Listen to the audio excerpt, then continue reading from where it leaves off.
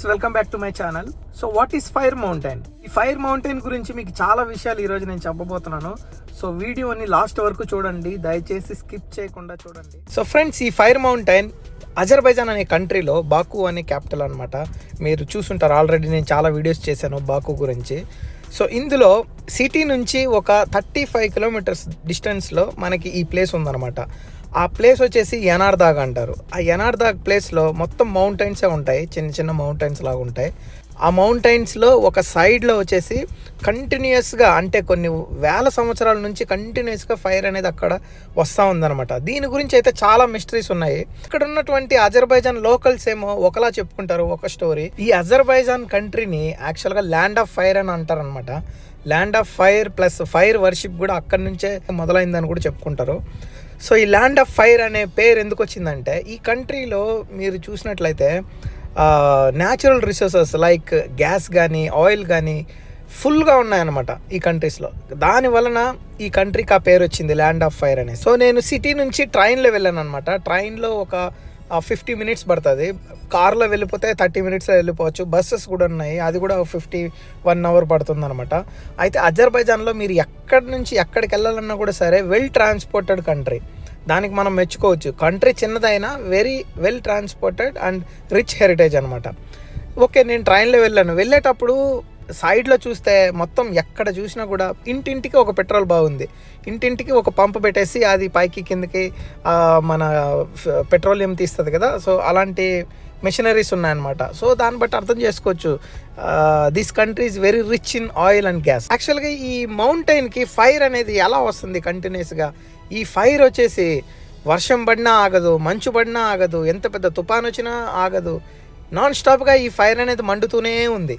దానికి రీజన్ ఏంటంటే, ఈ అండర్ గ్రౌండ్లో జియోలాజికల్ ప్రాసెస్లో లాట్ ఆఫ్ గ్యాస్ ఉండడం వల్ల ఆ గ్యాప్స్, ఏదైతే ఫిషర్స్ అంటాం, పగుళ్ళు అంటారు కదా, ఆ ఫిషర్స్లో నుంచి గ్యాస్ అనేది బయటకు వచ్చినప్పుడు ఈ ఫైర్ అనేది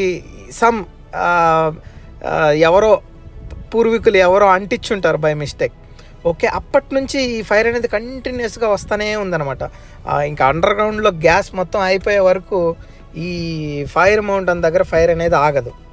ఎందుకంటే వర్షం పడ్డా ఆగదు, మంచు పడ్డా ఆగదు, ఏం జరిగినా ఆగదు అక్కడ. ఫైర్ మౌంటైన్ అనే కాకుండా ఇంకా చాలా ప్లేసెస్లో అక్కడక్కడ కొన్ని పాయింట్స్ ఉంటాయి. ఈ ఫైర్ మౌంటైన్ పక్కనే గ్యాస్ స్టేషన్ కూడా ఒకటి కొత్తగా పెట్టారు. ఈ సిటీ మొత్తంలో అక్కడక్కడ కొన్ని మాన్యుమెంట్స్ ఉంటాయి. ప్రతి ఒక్క చోట ఒక స్తంభం లాగా ఉంటుంది. దాంట్లో నుంచి ఈ ఫ్లేమ్స్ అనేది కంటిన్యూస్గా వస్తూ ఉంటాయి. సో దీనికంతా కూడా ఇదొక రిజంబ్లెన్స్ అనమాట. లైక్ ఈ కంట్రీలో గ్యాస్, ఆయిల్ చాలా ఎక్కువ ఉంది అని చెప్పుకోవడానికి వాళ్ళు అలా షో చేస్తున్నారని మనం అనుకోవచ్చు. బట్ ఏదైనా ఇక్కడ వీళ్ళ కల్చర్ ప్రకారము ఫైర్ని వీళ్ళు వర్షిప్ చేస్తారు.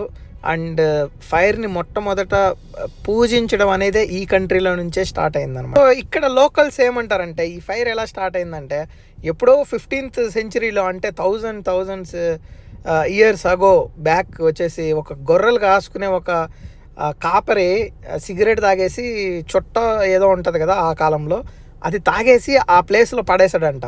అప్పుడు మండుకున్నటువంటి ఫైర్ ఇంతవరకు నాన్ స్టాప్గా మండుతూ ఉంది అనేసి లోకల్స్ కొంతమంది అంటారు. ప్లీజ్ ప్రతి ఒక్కరిని నేను రిక్వెస్ట్ చేసుకునేది ఏంటంటే, మీరు వీడియోస్ చూస్తున్నారు కానీ ఎవరు కూడా లైక్స్ పెట్టట్లేదు అండ్ కామెంట్స్ చేయట్లేదు.